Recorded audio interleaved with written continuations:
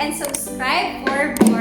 So by the way, today we are going to be cooking string beans with tofu and oyster sauce, or tofu with oyster sauce. So this is a very tasty yet healthy and simple meal. Your family and friends will surely love this recipe. This is rich in vitamin C, protein, and fiber. So if you want to try and you want to have this, oh my gosh, very delicious meal, please finish the whole video. So there you are, guys. So let's get ready to rumble. Let's go. So guys, these are the ingredients that we need for today. So we have here sitaw or string beans, tofu about 160 grams, a cup of water, flour. I used rice flour, and then 1 tablespoon of sugar, chopped onion and garlic, and then I have a ground white pepper, and Mamacita's oyster sauce, 30 grams. Any brand will do. Ito lang yung available ko ngayon. Hindi masyadong marami kasi baka umalat. And then I have here chicken breast. So it's 80 grams. Ni-slice ko siya ng ganyan. Pero it's up to you kung gusto nyo mas maliliit dyan. But this is my, mas prefer ko yung ganitong cuts or ganito kalalaki. And then I have here, of course, our oil. So there, mag-start na tayo magluto. Let's go!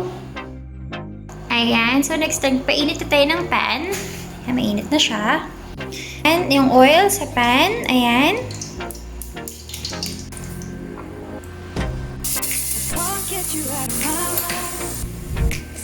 Okay, so i-season muna natin yung chicken natin ng konting salt. Yan, kanina hindi ko siya nasabi, pero we need to have small amount of salt. Yan. And then, ating white pepper.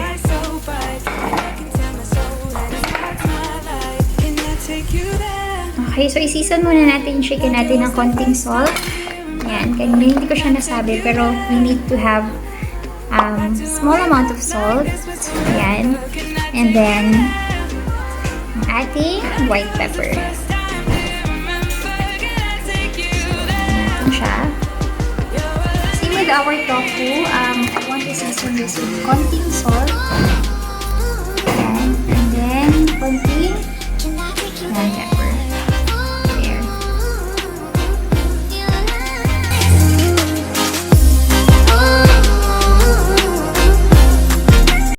Natin ang ating chicken. Ayan. Ayan. Tuloy lang natin siya.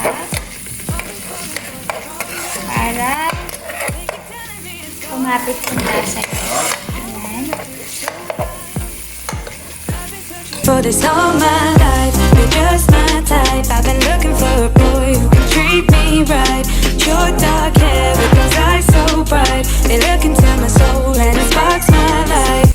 Wala kasi siyang fat. So, mas inuuna ko siya sa mantika para pumatas yung lasa niya. Ayan, bago ko ilagay yung ating tofu.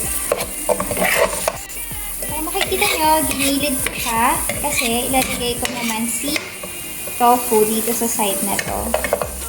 Tofu.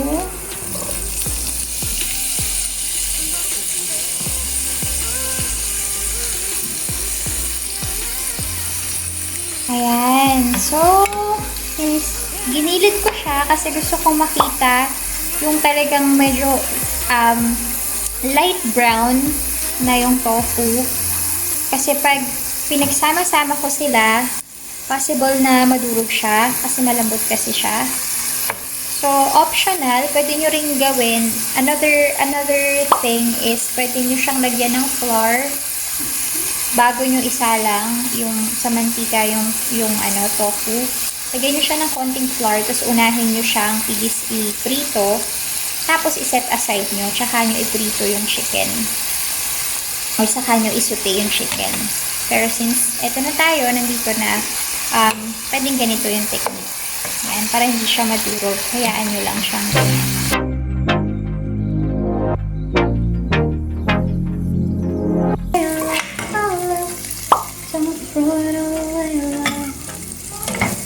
Then, ito, may mga natira pang konti. Okay lang yan kasi pampalasa yan. Then, I'll get the sitaw. Just a moment. Yan, so lagyan na natin ang ating sitaw.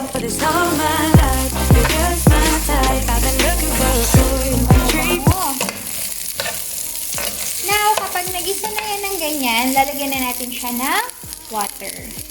Hayaan nyo lang makuha ng sitaw yung lasa na nandun sa pan. So, ihalo-halo nyo lang siya dyan. Then, let's get the water. Lagyan natin na siya ng water. Okay, so ito yung water. Yan, tapos water. Depende sa inyo kung gaano kadami. Pero syempre, huwag masyadong madami kasi hindi nakakapit masyado yung lasa niya. So, ayan. And, hayaan lang natin siya dyan mag-boil yung ating sitaw. So, ayan. So, ayan. Kumulo na siya. Yan. So, ang ganda ng kulay ng ating sitaw. Very healthy, green, fresh na fresh. So, now it's time to add our oyster sauce. Ayan. So, here's our oyster sauce. Lalagay na po natin. Ayan. Ayan. There. At saka natin hahaluin. Can I take you there? Back to when we felt like this was forever. Can I take you there? Ayan. Depende sa gusto nyo. Pero ako, I'd like na may konting tamis siya. Kasi medyo maalat yung oyster. Manamis-tamis din pero may konting alat. So, nilagyan ko rin uli ng ground pepper. Ayan. And i-mix mo lang siya. I-mix. Add another 2 tablespoon ng water. Ayan. So guys, ito yung 2 tablespoon of water. Lalagyan ko to ng flour. Ayan. Kahit cornstarch or rice flour. So ayan, nalagyan ko siya. And then, i-dissolve natin yung flour sa water. Then saka natin ihahalo dun sa sauce para medyo lumapot siya. Ayan. Ngayon, while hinahalo to, unti-unti, nagiging, yung texture niya, smooth, malapot. Kasi meron tayong flour na nilagay. Ngayon, if you wanna add more or konting water, okay lang din. Ayan. So, kukunin na natin ang ating tofu. Ayan. So, makikita nyo, lumapot na siya. Diba? Ayan.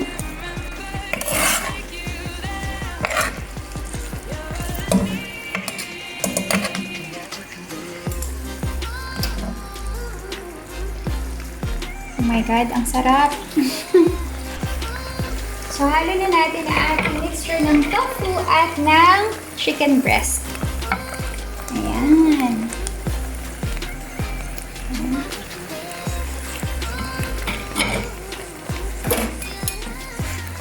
Ayan guys. So, ito. Saka natin siya ihalo. Ayan, if you want to add more liquid, okay lang. That's not a problem. Para mas maraming sauce. Pero, syempre, dapat moderate lang. Huwag masyadong marami. Kailangan makipa rin natin yung parang sauce-like. Huwag yung parang sabaw na. So, dapat sauce lang. Sauce-like lang siya.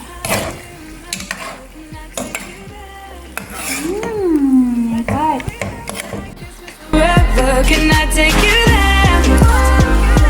Like it was the first time. Do you remember? Can I take you there?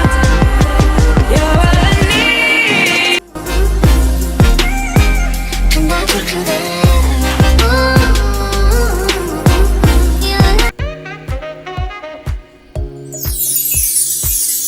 So yun na guys, ang ating recipe of the day. Vamos! Let's go!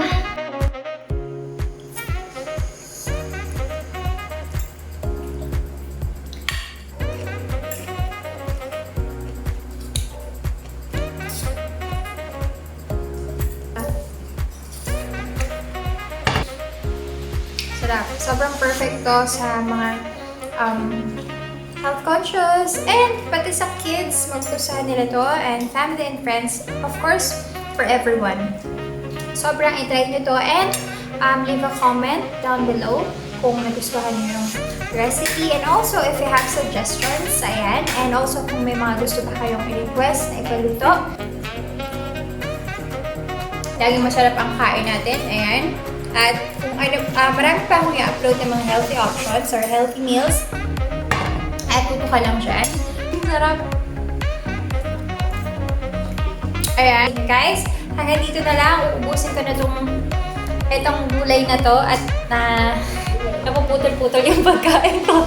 But thank you so much for watching, guys. I hope to see you on my next video. Please take care and keep safe. And lagi lang natin alagaan yung sarili natin. Bye!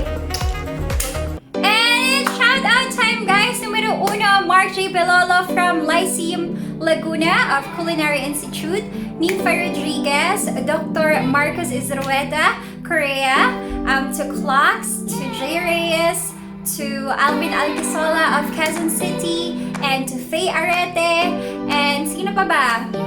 Oh, my best friend, Alvin Riel Prada. Thank you so much for supporting me. And of course, to my mom, thank you so much for your unconditional love and support. And that's it, guys. I'll see you in my next videos. I'll be shouting or giving more shout out on my next videos. So I'll see you next time and stay inspired. See ya. Bye-bye.